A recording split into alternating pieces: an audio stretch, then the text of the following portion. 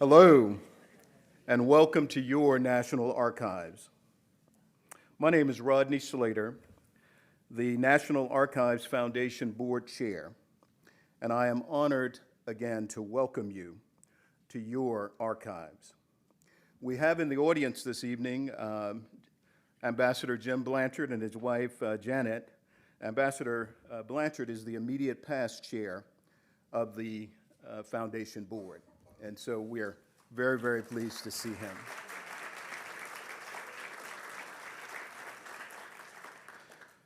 The National Archives Foundation is the nonprofit partner of the National Archives.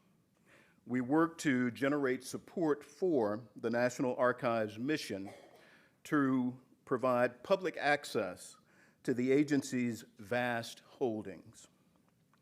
As part of this effort, the Archives Foundation is proud to assist the National Archives in its national exhibitions and public programs, much like tonight's program, this important conversation, as well as the National Archives' National Civics Interactive programs that engage educators and students and the general public to learn about our past and to illuminate the future through their participation in our republic.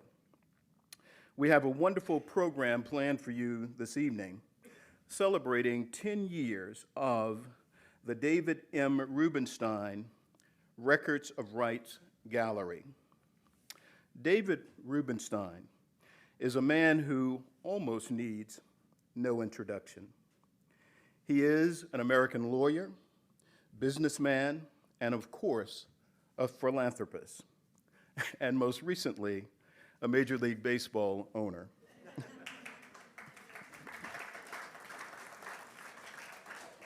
A former governmental official, he is the co-founder and the co-chair of the public equity firm, the Carlyle Group, a global private equity investment company based in Washington, D.C.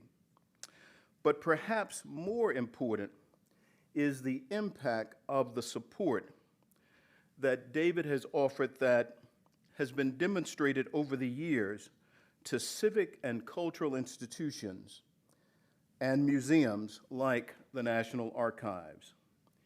He calls it patriotic philanthropy. We thank David M. Rubenstein for his support of the National Archives and the Records of Rights exhibit.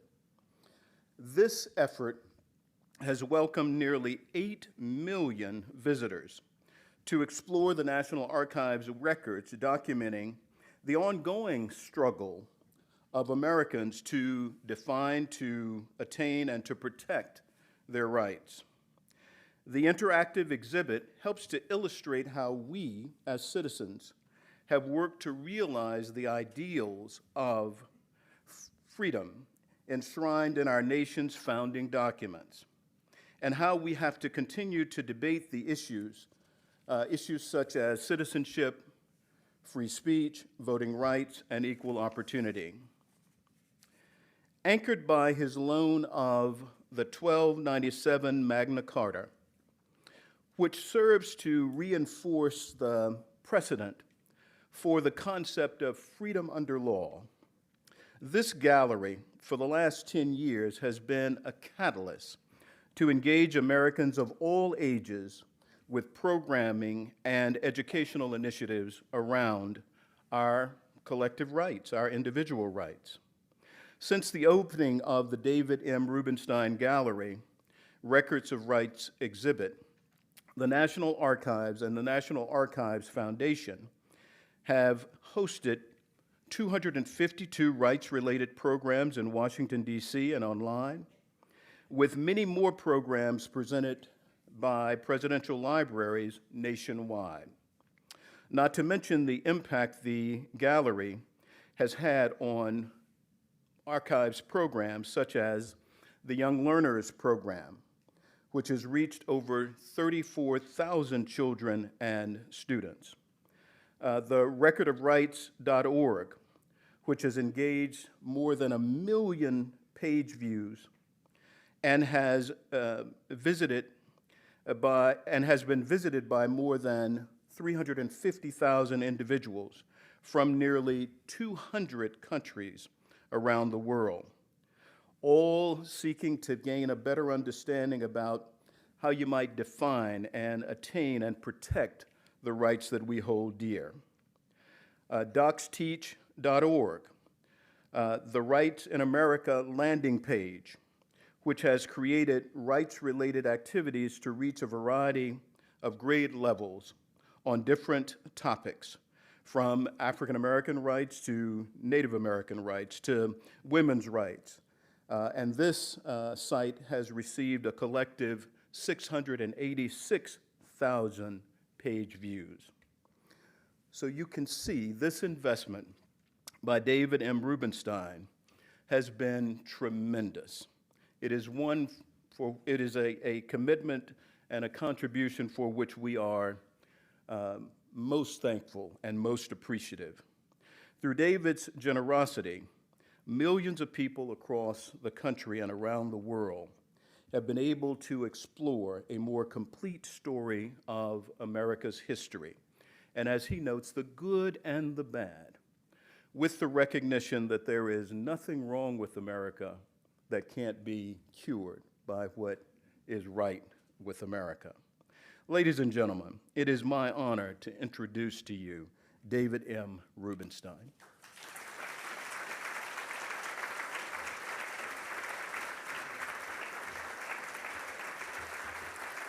Thank you.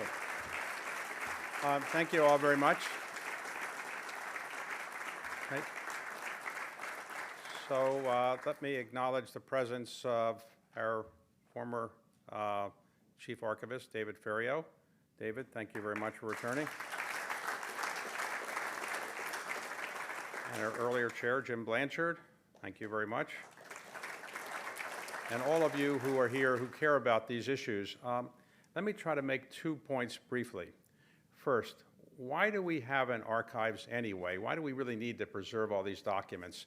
At the moment, because of digitization, we can digitize everything. So why do we need this big building and other buildings to keep all these documents? Just put everything on a little computer and, that's it. We don't need any more. Well, maybe at some point, the human brain will be the same, such that everything digitized is the same as seeing it in reality. But the truth is the human brain has not, fortunately, evolved to the point where when you see a historic document, it's the same thing as seeing it, digitization of it. So that when you go to see, let's say, the Magna Carta or another document here, when you know you're going to see the original, you're more likely than not going to prepare a little bit about it and might read about it. So maybe you'll get a little educated about it. When you come, you're going to have a curator tell you about it.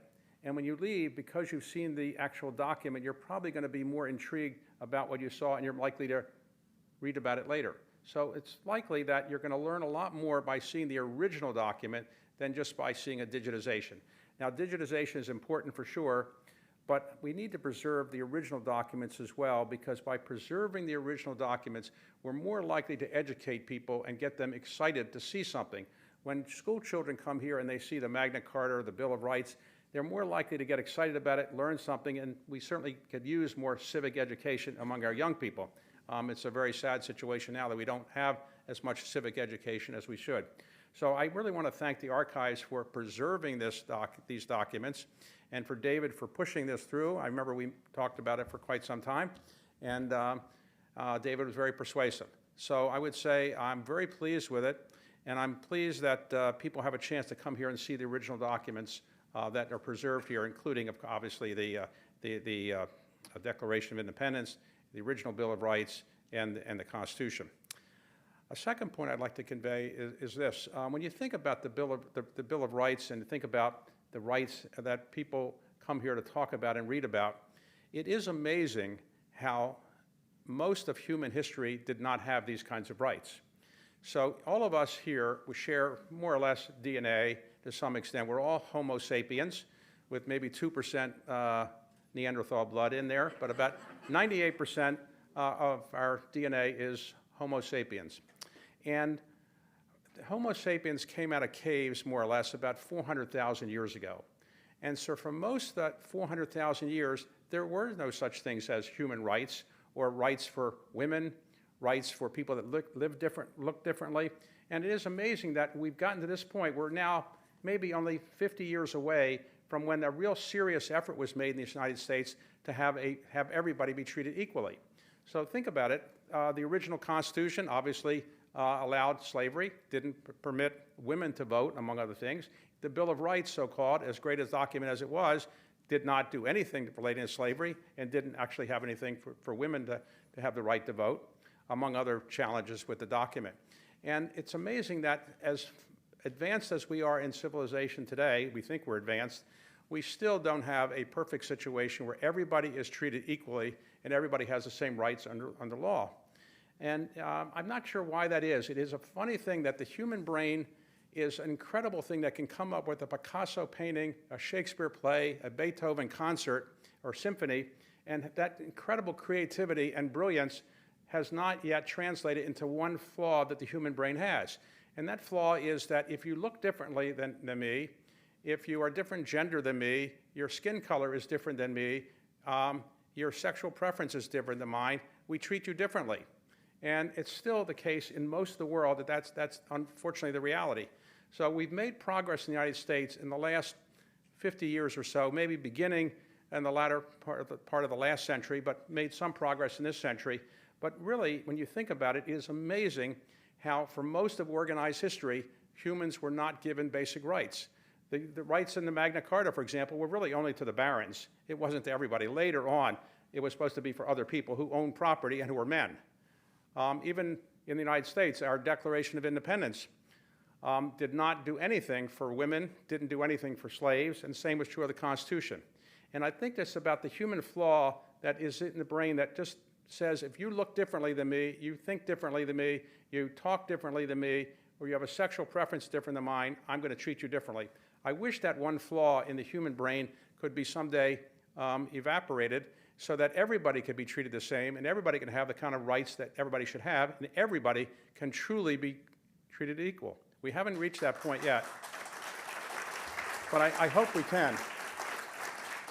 So one final point is that one man wrote a document, and we're going to celebrate the 250th anniversary of that in a few years. And that was Thomas Jefferson. He was 33 years old, given the assignment to write a statement about why we were going to break away from England. And like most humans, he had more time than he probably needed for it, so he put it off to the end. He had about 14 days, and the last 2 days he finally got around to it. And he wrote 3 parts to it. One was the preamble, which nobody paid attention to, really. The second was the sins of King George, and everything under the sun was blamed on King George, maybe unfairly. And the last was what we're doing about it, breaking away. And the document got a lot of attention, as it should, and now it's seen as the birth certificate of the United States. But a sentence in the preamble, which didn't get that much attention at the time, became the most famous sentence in the English language. We hold these truths to be self-evident, that all men are created equal, that they're endowed by their Creator with certain unalienable rights, that among these are life, liberty, and the pursuit of happiness. And think about it, the man who wrote that had some slaves with him. He owned several hundred slaves during his lifetime, and he didn't say all men and women are created equal. He said all men are created equal. And that's because in those days, even Thomas Jefferson, as brilliant as he was, recognized you couldn't eliminate slavery. You didn't think politically you could. And the idea that women could be treated equal was never in his mind. So that sentence, though, is so famous because even though it's been reinterpreted to mean all people have equal rights and equal opportunities, and therefore it's gone around the world as the embodiment of what humanity should be about, and it's really the creed of our country, we still have a long way to go to live up to it. So I hope all of you will, from the conversation we're going to have later, think about how far we've come and how far we still have to go to make sure everybody is given equal opportunity in this country and all people are treated equally. Thank you.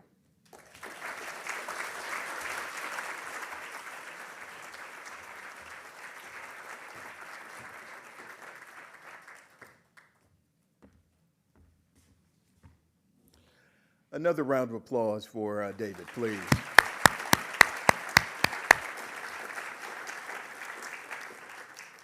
And to be sure, some ways to go, but not as far because of your leadership and your support.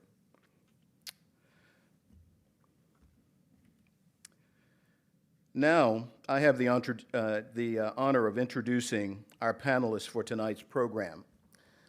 These individuals will examine how rights are defined and how they have been defined over time in our participatory republic. Moderating the panel is Dr. Colleen Shogan. Dr. Shogun is the 11th Archivist of the United States, having followed David, and she is the first woman appointed to head the agency.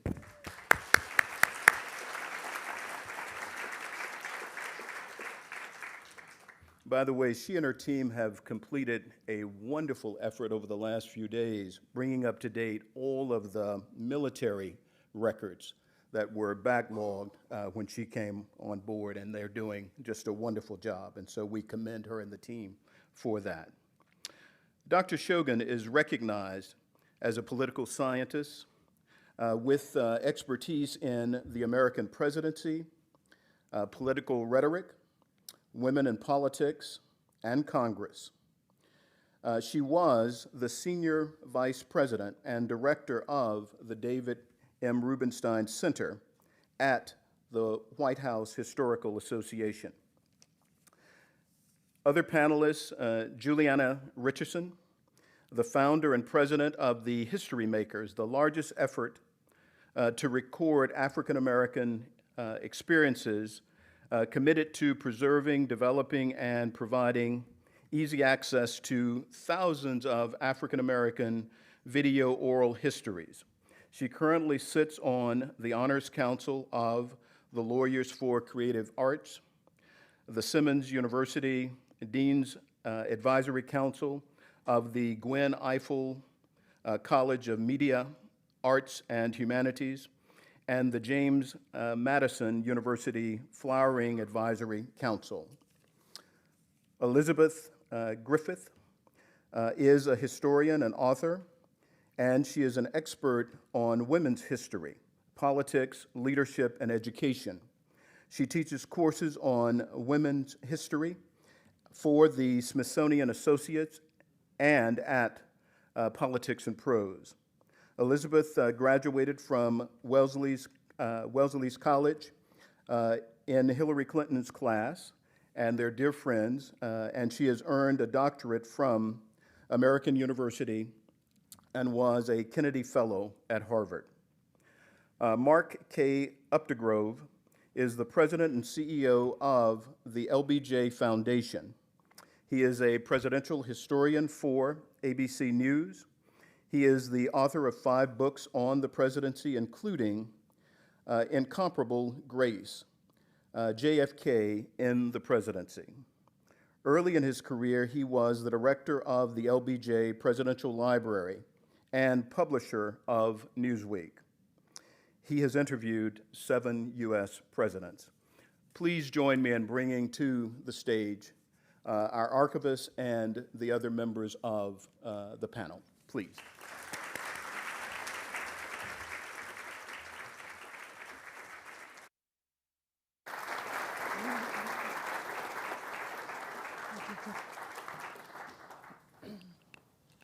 Oh, good evening. Welcome to the National Archives. We're going to have a terrific conversation this evening, talking a wide-ranging conversation about the history of rights in the United States, its origins, where we've come, and really where we're headed. And we're going to reserve the last 10-15 minutes of the program for questions. So save them up for the very end, and we'll try to get to as many questions as possible. So I'd like to start off our discussion, and thank you to all our panelists for joining us this evening. Of course, thank you to Mr. Rubenstein for all of his support throughout the years to make this exhibit possible and to make these conversations possible. So we're going to start out this evening really at the beginning, which if you've been to the exhibit, you know what the beginning of the exhibit starts with, of course, with the Magna Carta, originating 1215. And I'm just going to ask a very basic question. The Magna Carta was written in the Middle Ages. It wasn't even written in the Enlightenment, which we typically associate with the origins of individual and human rights. It's one of the most influential documents on the American history of rights. How does a document written in 1215, how does that relate to what we conceive of rights in the United States today? Why is that an important place to start? Who'd like to kick us off? The Magna Carta declared that the sovereign was subject to the rule of law. That was a big deal. Mm-hmm. It codified parts of the common law.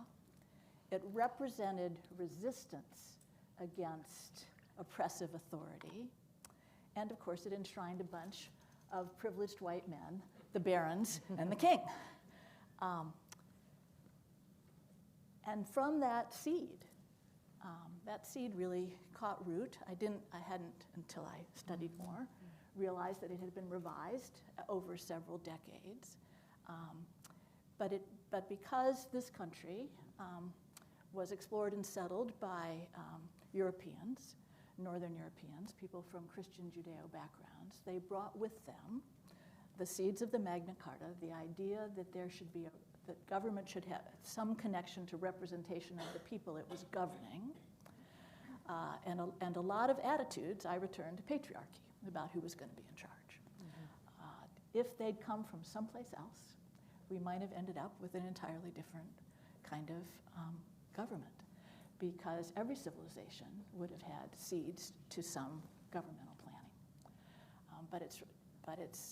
That's what we have, and it's remarkable that we have it here.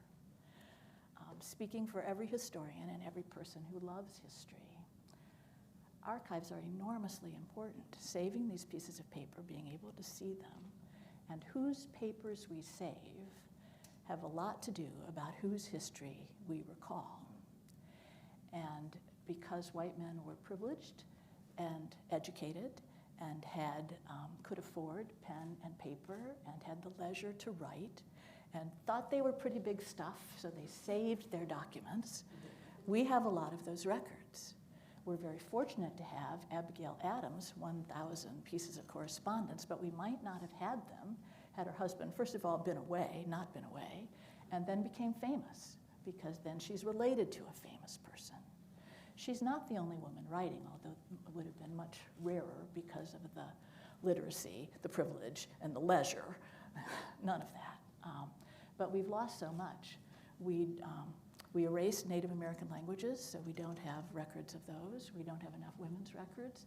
I'm so grateful for the original slave narratives that were written by survivors and then collected by Fisk University professors in the 1950s, continued by a WPA project in the 30s, and now you're continuing that legacy.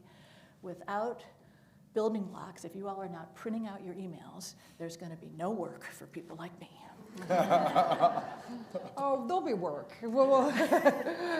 Anyone else on some of the early origins, not even necessarily limited to the Magna Carta?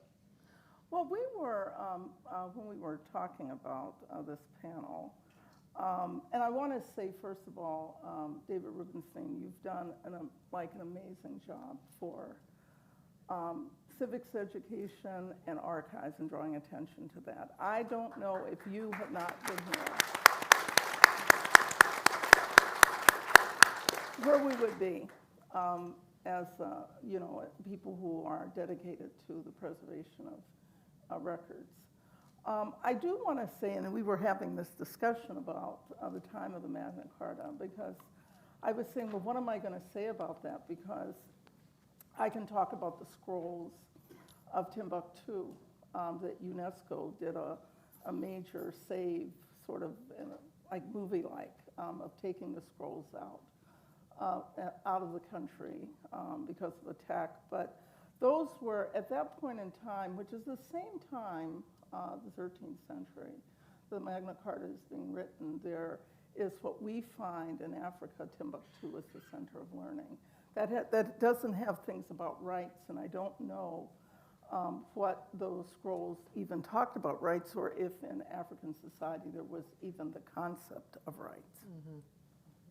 Let's go forward to the Declaration of Independence. Some fascinating words are used in the preamble of the Declaration. The notion that these rights are unalienable, and that the truths that undergird these rights are self-evident. This is what Jefferson and his co-authors, he did have a couple co-authors that helped him with some of the wordsmithing in the second draft. What does that mean? Why does he use those words to describe the origins of rights, and what impact does that have upon how we think of rights in the United States? Mark? May I? Thank you. First of all, I want another nod to the great David Rubenstein, our patriotic philanthropist, for what he does, what he has done for our country in preserving not only our documents, giving us some of the documents here at the National Archives, but some of the sites that he has preserved.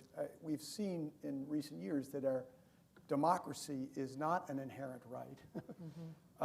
And the more we know about our history, the more we understand our need to preserve it so that we understand how we go forward. And David Rubenstein has been instrumental as a patriotic philanthropist in bolstering our history.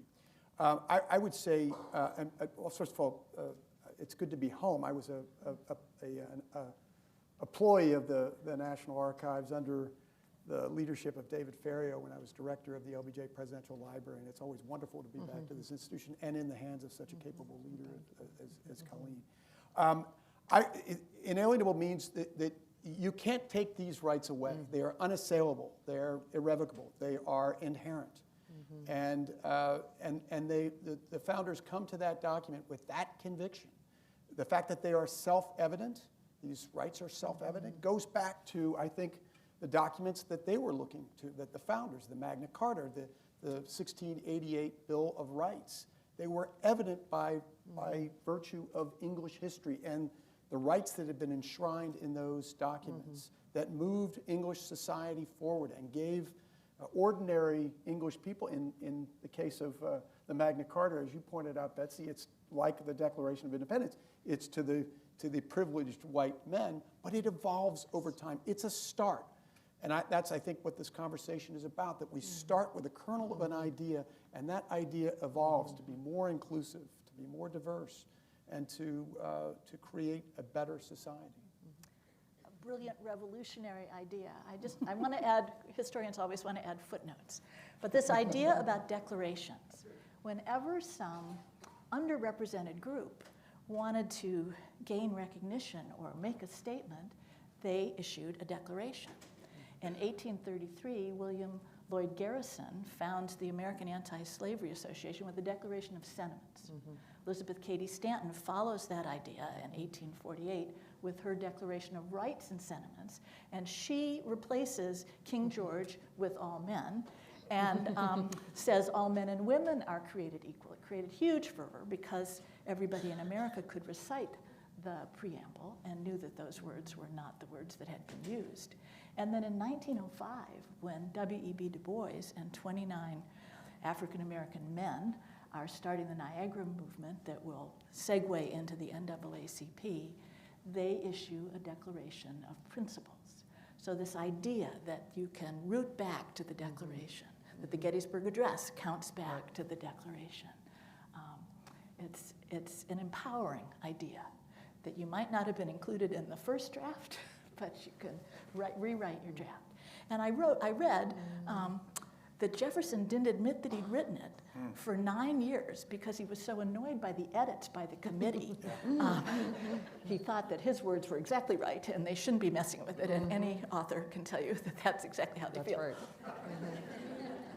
I would say that, you know, with, and because I represent the Black experience here on this panel, that it didn't matter whether there was a declaration or there was maybe aspirations, but we had to go from being property to even being human beings in the first place, and that's a pretty big fight for some time. We don't really, you know, I'm very interested often in the area of the 1700s in our nation's history, because there's not such a great demarcation at that point, or we don't know, maybe the archives can tell us. But there's not this great demarcation between black people and indentured servitude at that point. We don't know that, but at some point that turns. And what we know as our history here is often embellished in the antebellum South. We have to look at when you look at black history, rich black history in the early days of the country, you have to look at the Northeast. So the first black lawyer in the United States is Moses Simons. He is a graduate of Yale. He's mixed race, Jewish and black. He's a graduate of Yale, but goes to the first law school in the country, Litchfield, and starts his practice in New York in 1816. But he goes to, and has a burgeoning practice, and then he goes to a dance and someone calls him out of his name, and then he's disbarred. We also have to look at the first black politician in the United States. That is, he's at the Vermont House of Representatives. His name is Alexander Twilight. But that's in Vermont. But I just want to say that for black people, this is aspirational. We have to go first, we have to prove that we are human beings. And that construct is a complicated construct, even as we speak today.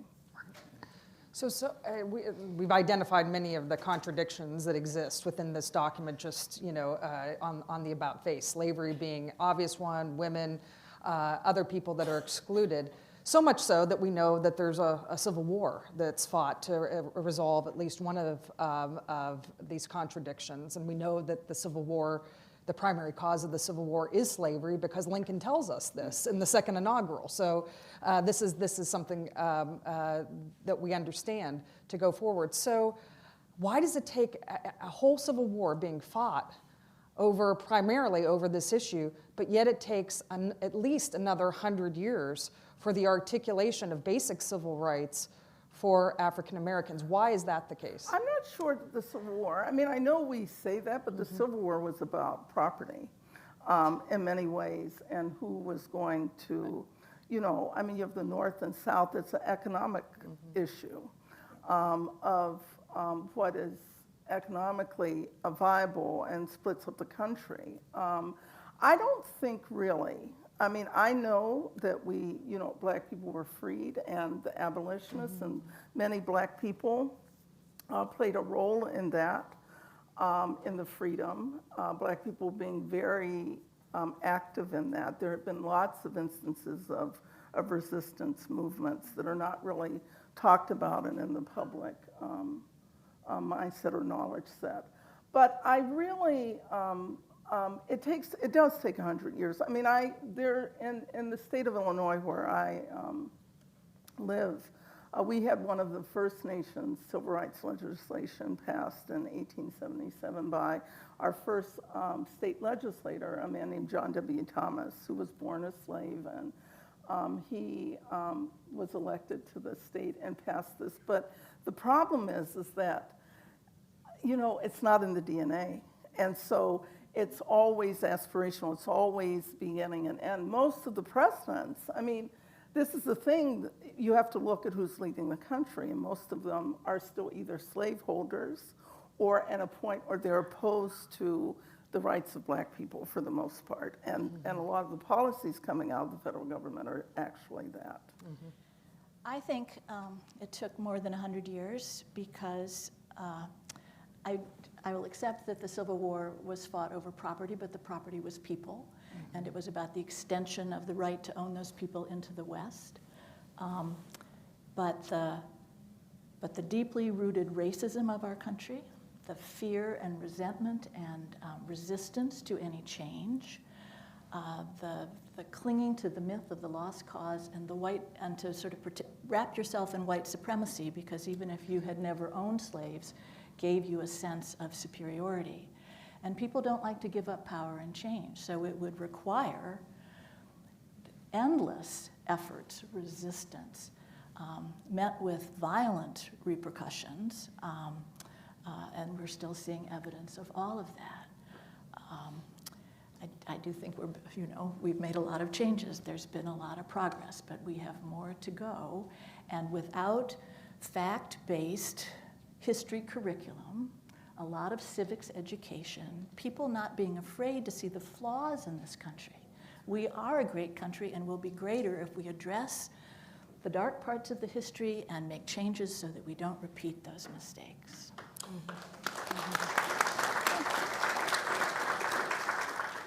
John F. Kennedy said it very succinctly. He said, change disturbs.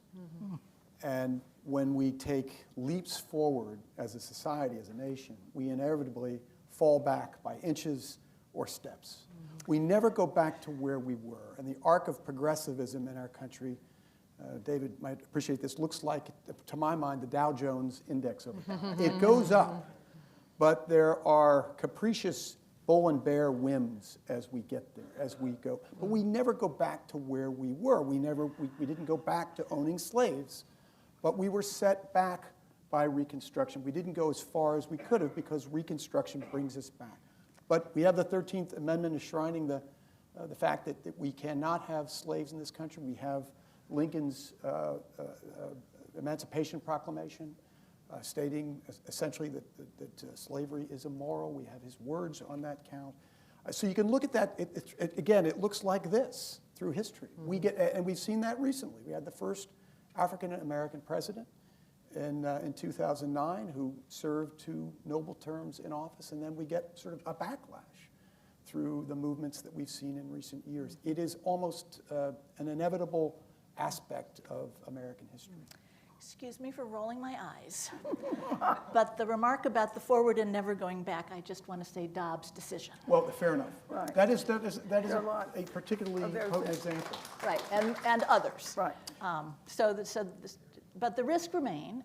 Coretta Scott King said, you have to fight for your rights in every generation. You cannot pretend that we won it.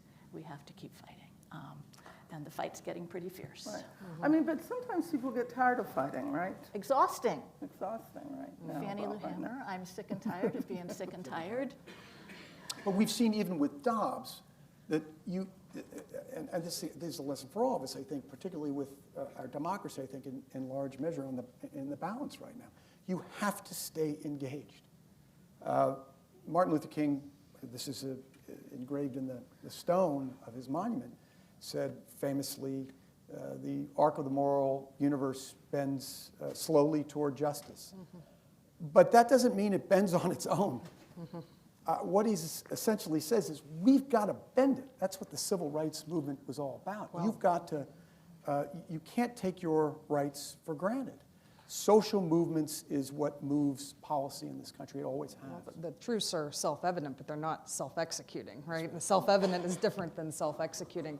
So I wonder if you could. So what happens starting the 1940s, the 1950s, and the 1960s with civil rights? There has been resistance all along. It's not as though there is not articulations of resistance going forward. Why do we start to see some actual effectual change in this particular era moving forward? Why is that? As historians, can you... TV played a role. Yeah, absolutely. TV really played a role. I mean, it's the same thing as, George Floyd, seeing a black man really killed live on television. TV played a major role. Emmett Till, too. Emmett Till. Yeah. I want to start earlier than that. It starts at the end of the Civil War, when the majority of African Americans are illiterate because it was illegal to teach anybody to read or write. So between the efforts of the HBCUs and the Freedmen's Bureau, this push to educate people in the black, right, all of those. So you have to educate, then you agitate, then you vote, and you march. But you can see that when you get the first generations of educated, high-achieving African Americans who taking advantage of these opportunities in the 1890s and the 1900s, then you've got the conflict between Booker T. Washington, who says, oh, let's keep the peace, let's not stir anything up, we'll just educate blacks for what they can safely do, farm, cook, be housekeepers, be nurses. And W.B. Du Bois, who's saying, no, they're going to learn Latin and Greek and history and science. We are capable of all of this. And that tension will result in the NAACP, which will lead to the NAACP Legal Defense Fund, beginning to challenge separate but equal in the Plessy decision in the 30s under Thurgood Marshall. And it's those cases, case by case, that will build into the 50s. So you have public people agitating, you have action in the courts, and you have a bunch of African Americans in the South whose names we will never know because it was so risky to come out of a church basement or to function as other than an agricultural agent or a teacher, because to do anything you would be beaten up, hung. The Klan put signs on black churches. If any member of this congregation registers, we will hang you in the sanctuary. You know, we talk about the records of the National Archives, and we tend to think of paper records, but there are other records too, including at the LBJ Presidential Library, 693 hours of taped telephone conversations of Lyndon Johnson doing the business of his presidency. My favorite of all of those tapes is a conversation between Lyndon Johnson and Martin Luther King on January 15th, 1965, Martin Luther King's 36th birthday. And they're talking about, they understand that they have a symbiotic relationship here, and they need each other. And Lyndon Johnson realizes he wants to get voting rights through, but he realizes the movement is a very powerful tool for that. The civil rights movement that Martin Luther King is leading. And he says to him, if you show the worst of voting suppression in the South, and get it on TV, and get it in the newspapers, and get it on radio, get it in the pulpits, and this is a direct quote. He says, there isn't a fellow who doesn't do anything all day but follow or drive a tractor who won't say, that isn't right, that isn't fair. So that television stuff, the fact that we have mass media at that time, plays an enormous role. And you have to give Lyndon Johnson credit, because he realizes that Americans are basically decent. And they don't want to see injustice in their country. They want to see justice done. And of course, that's exactly what happens. We get the brutal,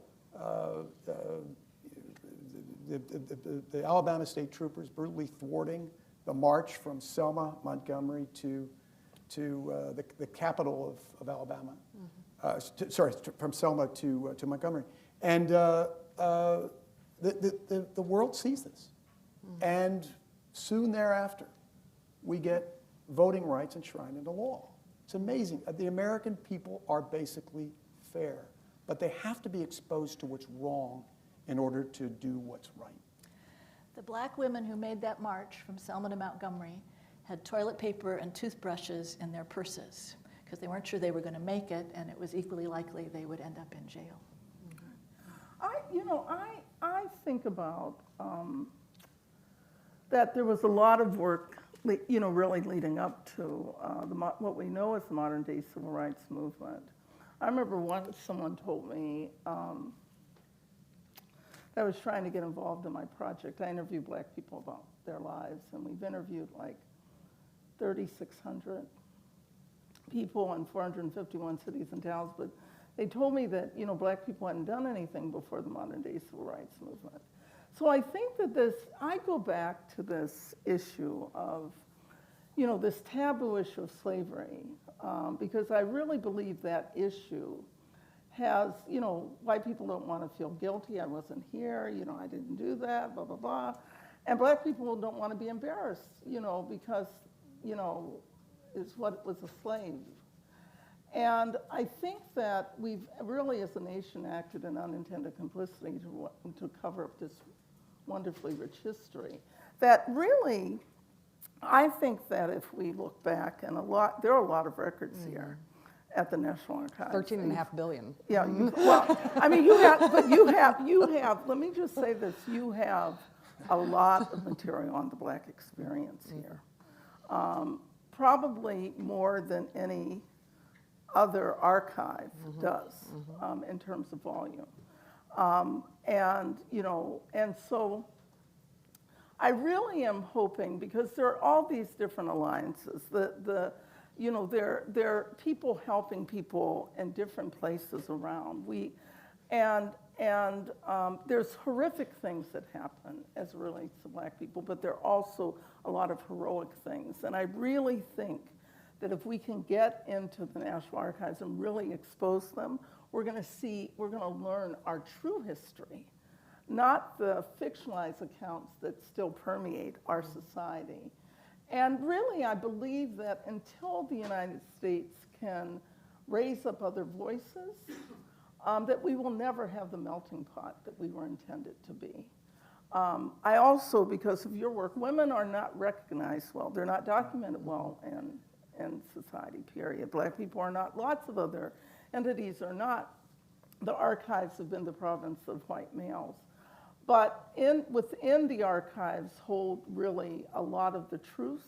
They're prejudicial things, but there are also a lot of truths there that I think if we see them and explore, we will become the nation that we're intended to be. Betsy, there's a whole segment of the exhibit that covers exactly that. It's a really great segue, women's rights and the history of women's rights. Women, at least white women, are considered as citizens throughout the history of the United States, but without rights, without the rights to divorce, without the rights to property, financial independence, rights to their children. So when do women start to realize that they need to also clamor for their rights and claim back the rights that have been denied to them? When does that start? I think the question of women and citizenship is complicated from the beginning. They are counted for body count.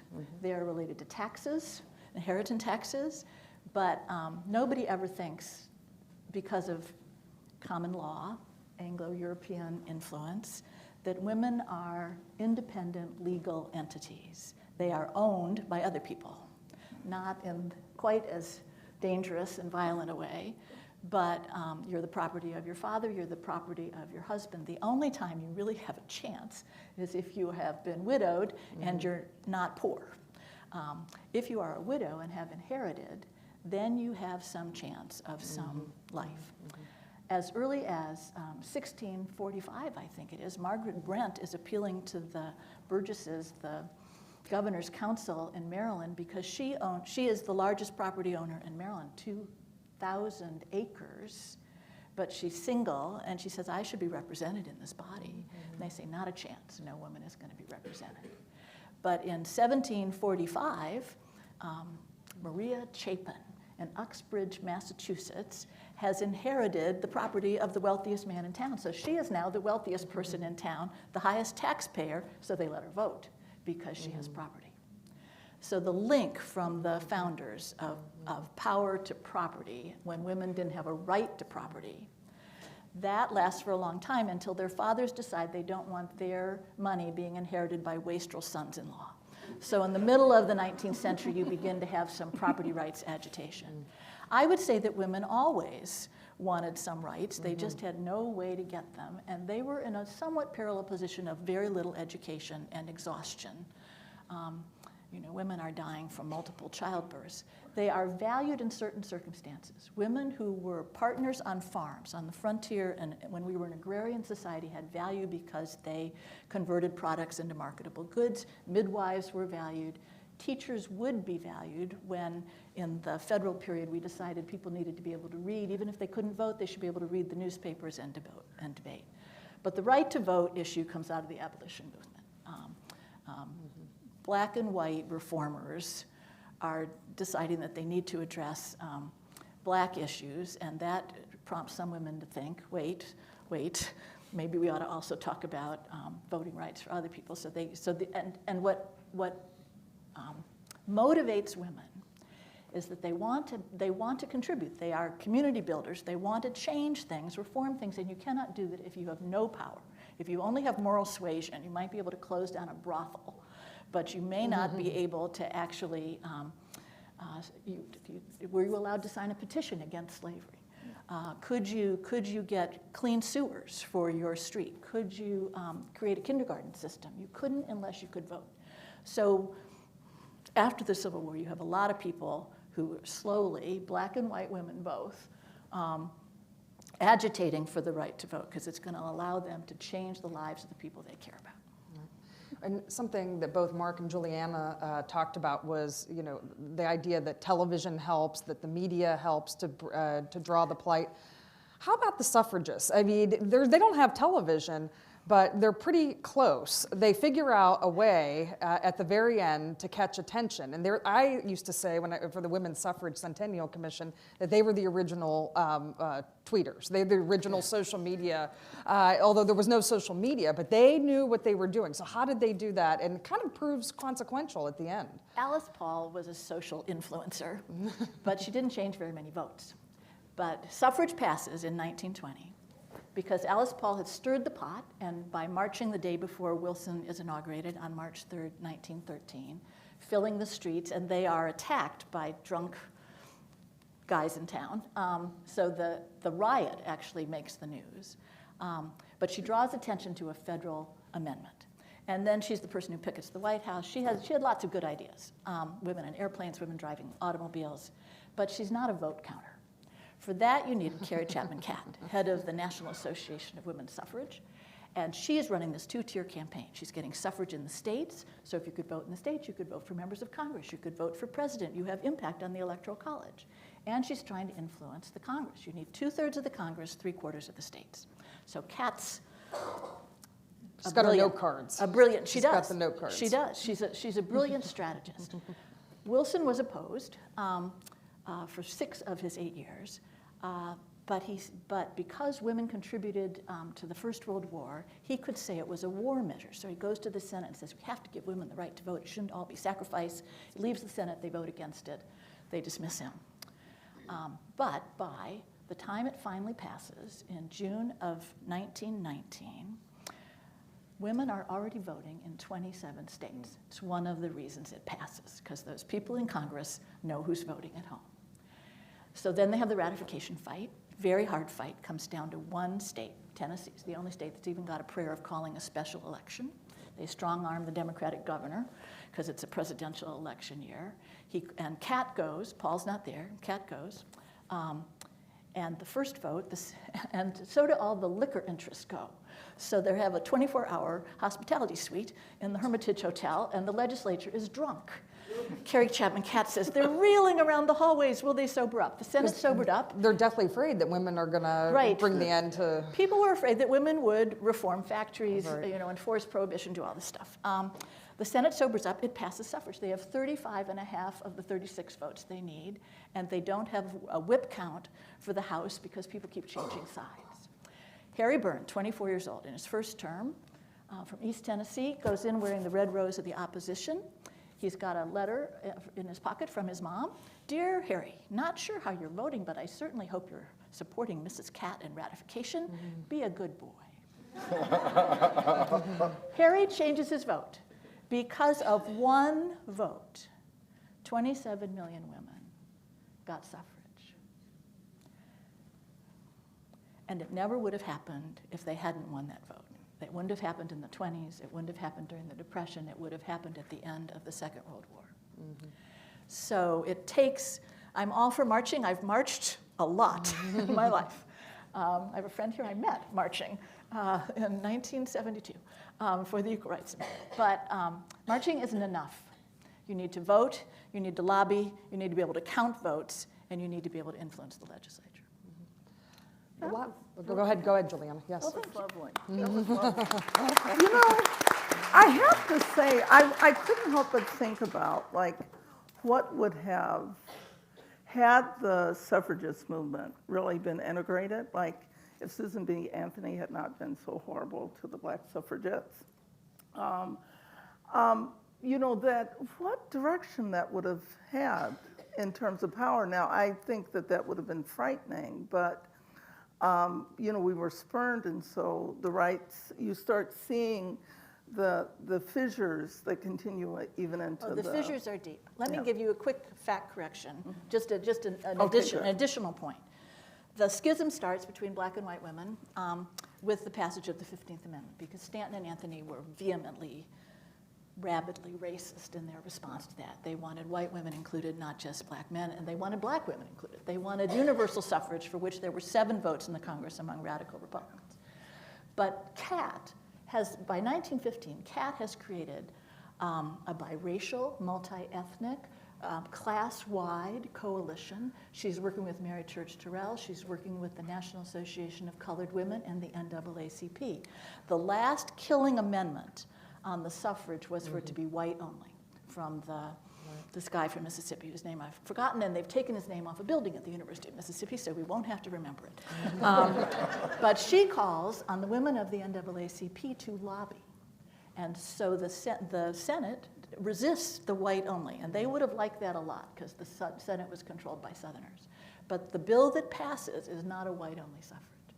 But once suffrage is earned, then they turn their backs, because while black women are included, of course, in the suffrage, in the 19th Amendment, no protections were offered. So if you still lived in the South, you were suffering the same kind of violent reprisals of black men. There was not going to be much voting until you moved out of the South.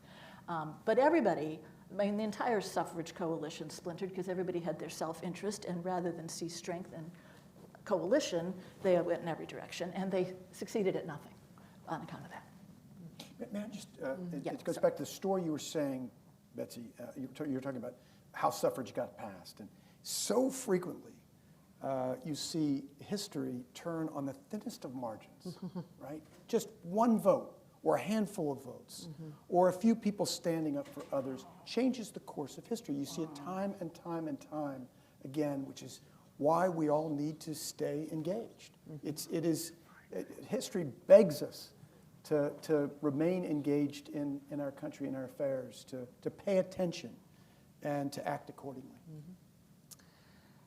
Another part of the exhibit, the other part of the exhibit, besides civil rights, women's rights, there's also a very nice segment of the exhibit about immigration in the United States. And this is, of course, a very important topic that we're all thinking about today. What you can really understand when you look at the exhibit is the unevenness over time. Immigrants coming to the country for the pursuit of happiness, for the exercise of their rights, but hostility throughout. It targeted different groups. Since this is a country made up of predominantly of immigrants into migration into this country, why do we think about the origins of such hostility to these groups over time? The groups change, who the hostility is targeted towards. It's not the same groups, but they change over time. But the hostility is there. Why is that? Why is there that tension? You're from Texas, you get it. Well, I'm not from Texas, but I got there as soon as I could, as they say in Texas. I think it goes back to what David Rubenstein was saying earlier, and that is, I think we are inherently, as a species, we're inherently tribal. And consequently, our base instincts are often to be nativist and xenophobic and suspicious of others who don't look like us. We've only evolved in recent years, again, as David alluded to thinking about equal rights for all Americans. I mean, that's it's something that we just put into law 50 years ago. That's amazing, right? So, but that is, and so immigrants are easy for demagogues to call out as the other, and so that we can be fearful. LBJ put so many things well, but one of my favorite quotes is, he said, "Any jackass can knock down a barn door, but it takes a damn fine carpenter to build one."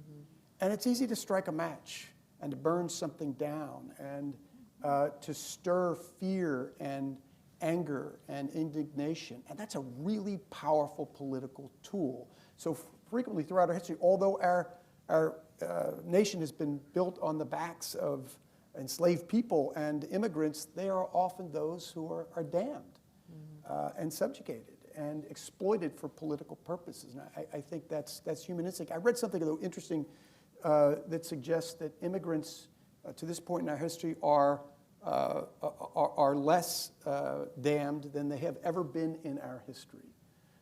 We are exploiting the immigrant card less than we ever have throughout the course of our history, which is somewhat encouraging. I just want us to reflect on the expression nativist, because who were the natives and what did we do to them? Yeah. Again, fear of the other. But I'm recalling that one of the charges against King George in the Declaration of Independence was that he wasn't allowing us to grow our population. He was limiting immigration into the country, and we wanted to have more people come. That must have been short-lived. I recently learned that the expression white replacement is not a new term, but it's rooted in the 1850s. It's actually rooted in the history of abortion, which was legal in this country. Not even called that until the 1860s. But an enterprising graduate of Harvard Medical School, Horatio Storer, was worried about competition from midwives in his obstetric practice. So he said that these native women, by whom he meant white women who'd been here more than one generation, white middle-class women, needed to stop white middle-class married women, needed to stop limiting the size of their families because we were going to be overrun by the Irish Catholics. And just this fierce antipathy, and whites, native whites would be replaced. It just struck me that that term keeps coming up whenever we want to be hateful towards somebody else. We kept bringing in immigrants because we needed workers. We needed cheap workers and exploited workers.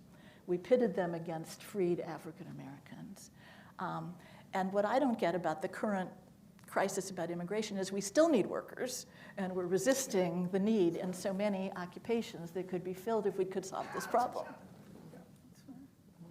You know, what I find, interesting about the fact that the thing that we view as the strength of the United States, is all the diversity and bringing in all people from different places. And what I really love myself about being an American, that it's a struggle because you put all those things in one place, it's not gonna, and there are already conflicts before you're coming into the states between different nation states. I find that, fascinating, but I keep hoping that we can hold on to our, the foundational principles, which I call aspirational, because at the best, it brings out the best of us and shows what it can be possible. But we have this problem now with the migrants. I mean, we're calling them migrants, not immigrants. So what's the difference? Is what I'm, right, or asylum. Yeah, what is the difference? At the risk of being Pollyanna, I have to say, we are more accepting of immigrants than most countries because of our origins. Madeleine Albright used to tell wonderful stories. I interviewed her some years ago at a summit that we did at the LBJ Library on race in America. And she was talking about being an immigrant into this country. Her family fled Nazi Germany, first went to England, and then went to America. And her father would say the wonderful thing about America versus other places. She said, when we settled in England, people would ask, how long are you staying? Mm-hmm. When we settled in America, people would ask, when are you going to become a citizen? Mm-hmm. And the fact that our Secretary of State was relating this story about her life's experiences is truly remarkable and a testament to our country. So one last question before we go to the audience. As I walked around the exhibit, there's many themes that struck me, but one of them, and we touched upon it here in various answers, is the role of resistance. So I'll just ask a simple question. When is resistance justified to secure rights in a democracy? It's a toughie.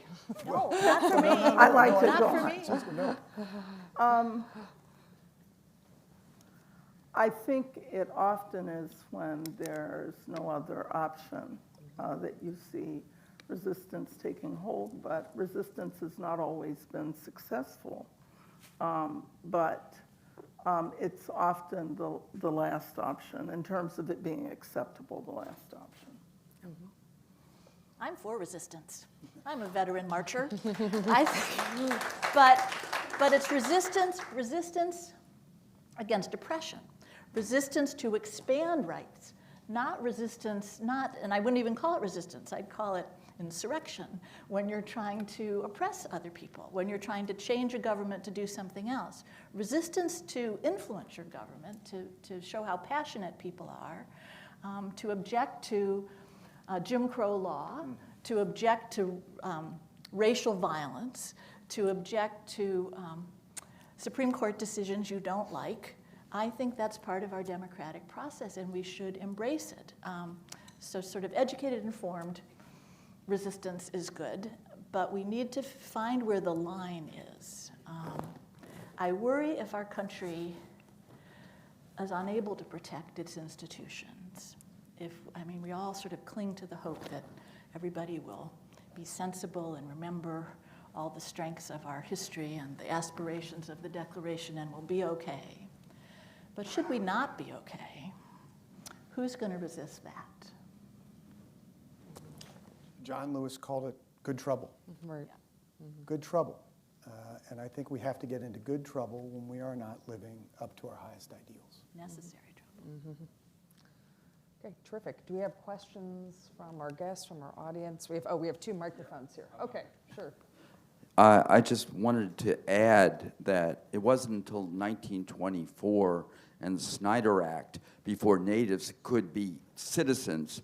And on top of that, this still had to be implemented by the states. And it wasn't until 1948 that the Supreme Court of Arizona declared that the clause in the Constitution which prohibited natives from being able to vote was unconstitutional. The issue was that because Native Americans, indigenous people, were members of their tribes, they were thought of as foreign nationals. That's why they aren't included in the Constitution. That's why they had to be granted citizenship. But it was a hollow citizenship because it did not come with voting rights. And while 1948 was the beginning of those lawsuits in Arizona and New Mexico, they lasted all the way until the Voting Rights Act. Because there are 16 states, think about from Maine to Idaho and then down the Rocky Mountains and into the Southwest, that had very large populations of indigenous people. And one could say indigenous tribes' voting rights are not protected now because of how far it is to get to a voting place, you have to have a street address, and reservations do not have street addresses. There are many issues we should be paying attention. Thank you for saying that. You talk about 1924, and it bears mentioning that that was a particularly nativist, xenophobic period when we instituted the National Origins Act, which restricted non-Western European immigration for 50 years until Lyndon Johnson signed into law the Immigration Act of 1965, which fundamentally changed the face and heart and soul of our nation by opening up those by taking away those restrictions. And I'm looking at the woman there whose grandfather signed that into law, Lucinda Robb. Yeah, Lucinda. I just need to add that there were 2 women who pushed that 1924 Indian Citizenship Rights Act. So it was pushed by some of these women who were underrepresented. Hi. So I pick up the paper today and I wind up being incredibly depressed. So I am hoping that y'all can tell me something from your research that maybe personally gives you hope, something somebody did. You've actually told a lot of great stories tonight, but I'm going to go for even more. Something that inspires you and thinks, yes, that is sort of what we need today. That is what we can do again.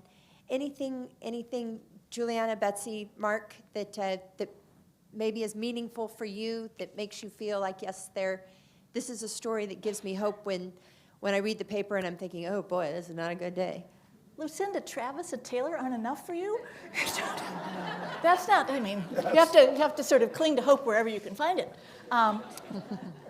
Years ago, when Lucinda Robb worked at the Archives, and I was teaching women's history, she was putting together archival materials for classroom teachers to use. And she invited me to come visit the archives. It was my first time to go into the vaults. And she's casually opening drawers, and I'm seeing treasures, and then she pulls open this drawer, and it's Franklin Roosevelt's typed Day of Infamy speech with his penciled changes. You could tell I have never forgotten that moment. For a historian, I thank you for that. I thank the archives. I'm an optimist. We fought a civil war and we came out of it and we attempted Reconstruction and we messed it up, but we got there eventually. People are offended by acts of racial violence, I think now. I think since it's just people are outraged by those actions now. More, you know, the Black Lives Matter marches, those were biracial marches all over the country. I cling to the hope that there is goodness and common sense in the American voter, and that we may pull through yet. But today's paper, other than the football news, was not great. I would say that, well, I worry. I'm worrying right now, except I, like, live in my archives where there's just all these wonderfully, you know, rich stories. But I would say that, you know, well, I really worry now about losing the documentation of the 20th century with Black people. And I literally, David, here, I remember coming to meet with you in your office when you were National Archivist. But I worry about the lack of documentation of the 20th century, that with every death it's going. But I also, when you talk about positive, I think the Black experience is pretty somewhat amazing, because a lot of people, and Rodney Slater, who's one of our history makers, you know, when you hear their stories, you hear about, you know, in just a generation or two, that people are going from, you know, memories of an enslaved state to, in this case, you know, President of the United States, or you know, having tremendous success that would not be conceivably thought possible in a lifetime. And so the fact that there are lots of incidences of people really accomplishing, you know, against great odds, I'm hopeful, but I'm still worried. I'm worried about this time period we're in right now. I would say, Lucinda, I am an optimist by instinct and experience in my life. And reading about history makes you an optimist, because you do see how we get better over time. But I would say one of the things that worries me is that Americans, I was talking to Secretary Slater about this in the green room before we came out, there are studies that show that a greater number of Americans are willfully tuning out of the news because it's a depressing nature more than ever before. 38% of Americans are willfully unengaged because they don't like what they're reading, because everything is doom and gloom. And I worry about this too. I worry like I've never worried in my lifetime about the future of our country. A couple of things that give me hope. And it goes back to voter turnout, which you were talking about earlier, Betsy. And that is, if you look at the election of 2020, more Americans came out to vote than ever before. If you look at the midterms, where election denialism was on the ballot in the highest profile races, and where reproductive rights were on the ballot, generally speaking, democracy and reproductive rights won. I want to be respectful of those who have a different view on reproductive rights than I might, but suggest that the majority of Americans want reproductive rights. And so our government, our law should reflect in so many ways the majority of the American people. So I was encouraged by the fact that we saw big turnout in the midterm elections, and reproductive rights and democracy were elevated beyond kitchen table issues at a time when the economy was relatively poor. We're better now. So those things give me hope. You know, I want to add, though, to that a little, you know, just the thought, like the role of social media versus the role of TV. Social media really is tribalism. I mean, it's divisive in a way that we never thought. It can expose and can educate, but can also just put you getting more of what your belief structure in a major way that is concentrated and doesn't allow for different views to rise up. And that is what I think I'm fearful of. I'm also fearful of new technology and just the change, because I was thinking, when the railroad came or when the airplane was created, Was there a time that it was just moving, so fast that people thought, oh my God, this is the end of society as we once know it? I don't know about those times, but I do worry about that. That's what people thought would happen when women started to vote. Julianna, there was a study that the Obama Foundation did recently that reflected the fact that the majority of Americans believe that the biggest threat to democracy is the fragmentation of our media ecosystem. And they also think it's the most intractable issue. And I think that that's probably right. There desperately needs to be some reform as it relates to social media, in particular, where 80% of Americans are getting their news. That's right. I will note, though, that when the printing press came into being, there was the same people who said that this was the end because now everybody was going to have access to books, and books weren't just going to be reserved for the elite, and they would be, right? And so people feared the fact that the printing press was going to undermine the stability of society, and we figured that out. So we're in the very early stages of social media.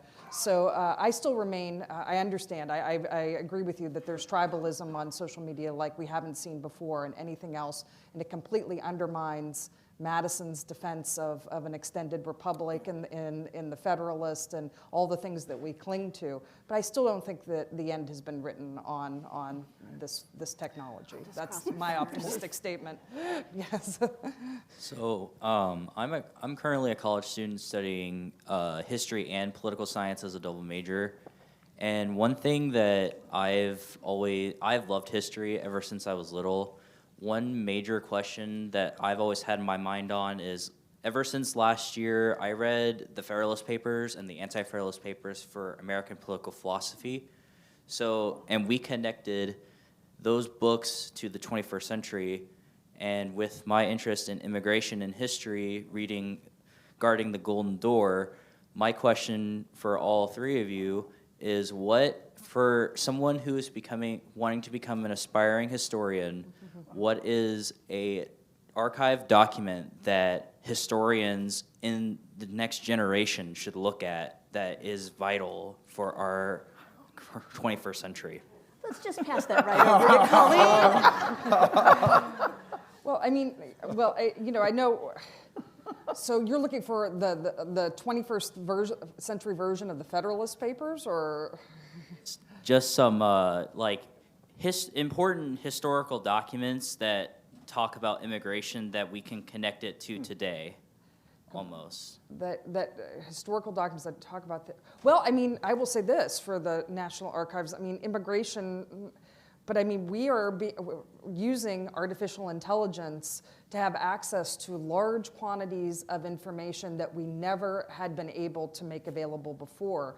And not necessarily immigration, but right before I arrived, the ability to have the 1950 census online and searchable, because the ability to use artificial intelligence and pattern recognition to be able to read the handwriting and to be able to search and find people in that 1950 census. Imagine all of the born digital documents that we will have once we get this hold of AI in a responsible way, that we will be able to provide access to those documents and to that information in ways that has never been possible before.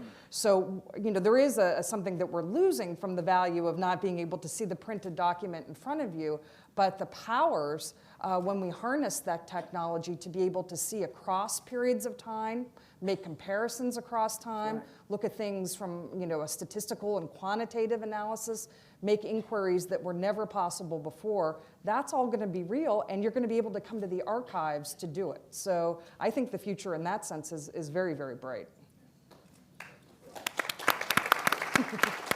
We have time for one more question. Can I just say one thing? Sorry. Okay, sorry. I want to applaud you and your major, because we're at a time period right now, not only the attack of teaching of Black history in schools, but in the colleges and universities. Yes. The humanities are under attack, and we cannot have a humane and civil society and an educated society without the humanities. In colleges right now, it's business and STEM. And so I really thank you, because we need a lot more of that. So one last question. Thank you. Thank you. My name is Ibrahim Mukman, and I was a 15-year-old. I got arrested in Columbus, Georgia in 1963. This past spring, I went back to teach a class on civics, and they told me that I had to submit what my talk was going to be about, and it had to coincide with the Georgia Standards of Education. And I did that, and then they flagged something, because one of the things I wanted to talk about was the Southern Manifesto. You were talking about preambles and all those other things. And they said, you know, they initially told me I couldn't talk about that because that was not a part of the Georgia Standards of Education. So my thing is that when you talk about the records of documents, you can't just cherry pick the documents. The Southern Manifesto was a document that the Southern legislators put together in order to fight Brown versus Board of Education. Right. It should be required reading, you know, of those students in civics in my hometown, Columbus, Georgia. How would you respond to that if they challenged you and said you couldn't use that? I'd insist. Whatever you need to do. We need fact-based history.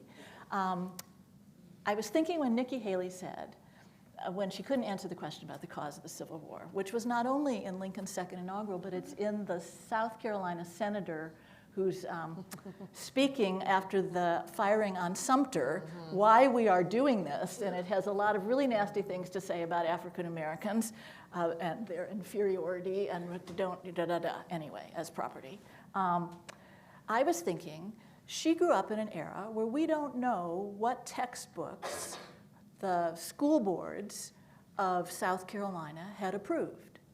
I'm pretty sure that Texas and South Carolina, that a lot of southern states taught a curriculum that was different maybe than were taught in other places. I do not think any of that education was adequate. I certainly didn't learn enough African American history in the Middle West. I didn't learn that there were slaves throughout the North in the colonial period. I mean, there's a lot that we just have not been taught. You have to be carefully taught, and we have to keep trying to teach those things. I bet the Southern Manifesto is in the AP Black History class.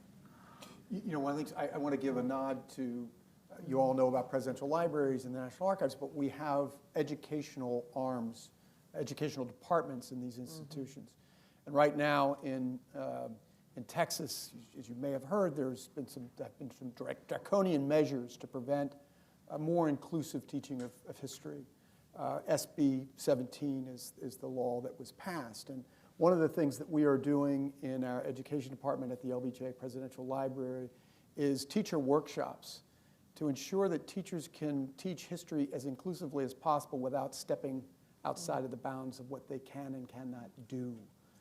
There's a lot of fear among educators right now about running afoul of the state government. So I'm proud of the work that the LBJ Julieanna? is doing. Yeah, I just want to add, I mean, this to me, when I'm not fearful, I find it fascinating because we're at a point since the founding of the United States that we see the emergence of state rights. And states are like those laws that are being passed, and the laws are being, you know, some of these laws about the teaching, like you can't make someone feel bad. Like, I mean, you know, I mean, they're so amorphous that, you know, litigation come as a result of that, and there will be interpretation. Those laws are going to be on the book. You know, I think there, is it 18 or 20 states have passed anti-CRT laws. Those laws are going to be in the book forever. Because it's almost impossible to change that. So I worry about that because I'm seeing the real instance of people saying to me, just like you, sir. I've had people recently say, you've been asked to speak and I can't use the word black. I go, what, my project is about black people. So how can I black history? Or, you know, keep your comments on the up and up. What does that mean? Don't mention names. So these are real situations that are almost McCarthyist in their effect. And that's what I fear. You know, that's going on over and over again because people, you know, teachers don't know what to do, administrators, archivists. I had an archivist who was trying to get the hell out of Florida because they didn't know what decisions to make. based on the laws that are there. So there's a lot that we have in front of us. But there are those people who are really trying to do the right thing. Because this is the thing, when I was a young kid in class in my hometown, which there were 1,000 blacks out of 50,000 whites, I was just embarrassed. I mean, everybody seemed to know their background, their history, and there I was cowering over not knowing mine. And I just don't think it's fair for any child to feel that they don't have a legacy to call their own that is a part of American paradigm. So that's it.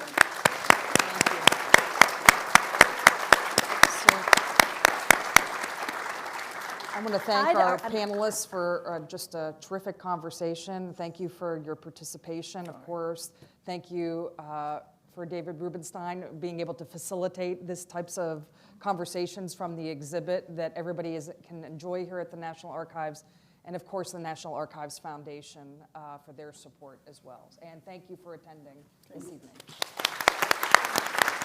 We should reinstitute the Freedom School. That's what it's going to Should be. be You know, underground, they're going to have wherever to. anybody could be. They're going to have